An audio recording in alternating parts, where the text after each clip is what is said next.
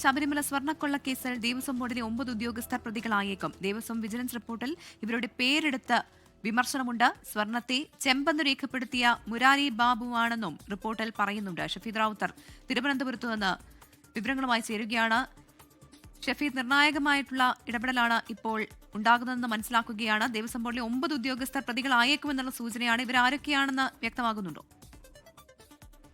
പ്രവിധ, Devaswom vigilance റിപ്പോർട്ടിൽ ഇന്ന് ഹൈക്കോടതിയിൽ സമർപ്പിച്ച ദേവസ്വം വിജിലൻസ് റിപ്പോർട്ടിൽ ദേവസ്വം വിജിലൻസിന്റെ കണ്ടെത്തലിന്റെ അടിസ്ഥാനത്തിൽ പേരെടുത്ത് പറഞ്ഞിരിക്കുന്ന 9 ഉദ്യോഗസ്ഥർ ഈ ശബരിമല സ്വർണ്ണമോഷണ കേസിൽ പ്രതിയാകും എന്നുള്ളതാണ് ഇപ്പോൾ നമുക്ക് ലഭിക്കുന്ന സൂചന. അതിൽ മുരാരി ബാബു മുതൽ ഈ ദേവസ്വം സെക്രട്ടറി ജയശ്രീ വരെ നീളുന്നു ആ പേരുകൾ എന്നുള്ളതാണ് ഏറ്റവും പ്രധാനപ്പെട്ട കാര്യം. ഇതിൽ ഇക്കാര്യത്തിൽ ഏറ്റവും പ്രധാനം എന്ന് പറയുന്നത് 2018 ശേഷം, അതായത് ആ ഗൂഢാലോചന ഘട്ടത്തിൽ ഉൾപ്പെടെ ഉണ്ണികൃഷ്ണൻ പോറ്റി അടക്കം സഹായിച്ചിട്ടുള്ള ഉദ്യോഗസ്ഥർ അവരുടെ പങ്ക് കൃത്യമായി ദേവസ്വം വിജിലൻസിന്റെ റിപ്പോർട്ടിൽ കുറിച്ചിരുന്നു. ആർക്കൊക്കെ എന്തൊക്കെ റോൾ, എങ്ങനെയൊക്കെയാണ് ശബരിമലയിലെ ദ്വാരപാലക ശില്പത്തിലെ സ്വർണ്ണപ്പാളി അത് പുറത്തേക്ക് കൊണ്ടുപോയി കൈമോശം സംഭവിപ്പിക്കാൻ കാരണമായത് അതിൽ കൃത്യമായി തന്നെ പ്രതിപാദിച്ചിട്ടുണ്ട് ദേവസ്വം വിജിലൻസ് റിപ്പോർട്ടിൽ. ഈ 9 ഉന്നത ഉദ്യോഗസ്ഥരുടെ പേരെടുത്താണ് ദേവസ്വം വിജിലൻസിന്റെ വിമർശനം ആ റിപ്പോർട്ടിൽ ഉണ്ടായിരുന്നത്. ഈ സ്വർണ്ണത്തെ ചെമ്പാക്കി, അതായത് 2019 കൈമാറുമ്പോൾ രേഖകളിൽ സ്വർണ്ണപ്പാളിയെ ചെമ്പുപാളിയാക്കി, ബോധപൂർവം ചെമ്പുപാളിയാക്കിയത് മുരാരി ബാബുവാണ്.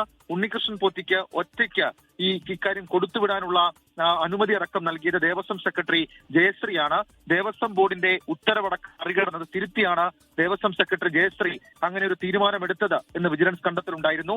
2 തിരുവാഭരണം കമ്മീഷണർമാർക്കും വീഴ്ചയെന്ന ദേവസ്വം വിജിലൻസ് റിപ്പോർട്ടിലുണ്ട്. അങ്ങനെ 9 ഉന്നത ഉദ്യോഗസ്ഥർ ഈ കേസിൽ പ്രതിയാകും എന്നുള്ളതാണ് ഇപ്പോൾ നമുക്ക് ലഭിക്കുന്ന ഒടുവിലത്തെ അപ്ഡേഷൻ. പ്രവിധ, അതിൽ പ്രത്യേകം എടുത്തു പറയേണ്ടത് മുരാരി ബാബുവിന്റെ പേര് റിപ്പോർട്ടിൽ പരാമർശിക്കുന്നുണ്ട് എന്നുള്ളതാണ്.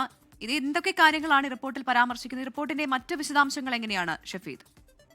പ്രവിധ, ഈ 9 ഉദ്യോഗസ്ഥരുടെയും റോള് അവരെന്തൊക്കെയാണ് ചെയ്തതെന്നുള്ള കാര്യം വിജിലൻസ് രേഖകൾ സഹിതം, തെളിവുകൾ സഹിതം ആ റിപ്പോർട്ടിൽ ഉൾപ്പെടുത്തിയിട്ടുണ്ട്. അതിൽ ഏറ്റവും പ്രധാനം മുരാരി ബാബു. അക്കാര്യത്തിൽ 2019 2024 ഒക്കെ മുരാരി ബാബു അദ്ദേഹത്തിന്റെ സ്വാധീനം ഉപയോഗിച്ച് ഉണ്ണികൃഷ്ണൻ പോറ്റിയുടെ കയ്യിൽ ഈ സ്വർണ്ണപ്പാളികൾ കൊടുത്തുവിടാനുള്ള ചില നീക്കങ്ങൾ നടത്തി എന്ന തെളിവടക്കമുണ്ട്. അത് 2019 മാത്രമല്ല, 2024 ഏറ്റവും ഒടുവിൽ 2024 അങ്ങനെ സ്വർണ്ണപ്പാളി കൊടുത്തുവിടാനുള്ള മുരാരി ബാബുവിന്റെ നീക്കം അനുമതിക്കത്തുൾപ്പെടെ ദേവസ്വം ബോർഡ് തടയുകയായിരുന്നു. ഇനി ദേവസ്വം സെക്രട്ടറി ജയശ്രീ എന്ന് പറയുന്നത് അവരാണ്, അതായത് ഈ ഉത്തരവിലടക്കം ഒപ്പുവെച്ചിരിക്കുന്ന പ്രധാനപ്പെട്ടയാൾ. അതിൽ അവരൊരു മാൽ പ്രാക്ടീസ് കൂടി നടത്തിയിട്ടുണ്ട് എന്ന് ദേവസ്വം ബോർഡ് വിലയിരുത്തുന്നു. കാരണം ദേവസ്വം ബോർഡ് യോഗം എടുത്തൊരു തീരുമാനം അത് ഉണ്ണികൃഷ്ണൻ പോറ്റിയുടെ കയ്യിൽ സ്വർണ്ണപ്പാളികൾ കൊടുത്തുവിടേണ്ടതില്ല എന്നുള്ളതായിരുന്നു. എന്നാൽ അതിനെ മറികടന്ന് ആ ഉത്തരവ് തിരുത്തി ദേവസ്വം ഈ ബോർഡിന്റെ തീരുമാനം കാറ്റിൽ പറത്തിക്കൊണ്ട് ദേവസ്വം സെക്രട്ടറി ആയിരുന്ന ജയശ്രീ മറ്റൊരു ഉത്തരവിറക്കി ഉണ്ണികൃഷ്ണൻ പോറ്റിയുടെ കയ്യിൽ ഇത് കൊടുത്തുവിടാനുള്ള തീരുമാനവും നീക്കവും നടത്തുകയായിരുന്നു.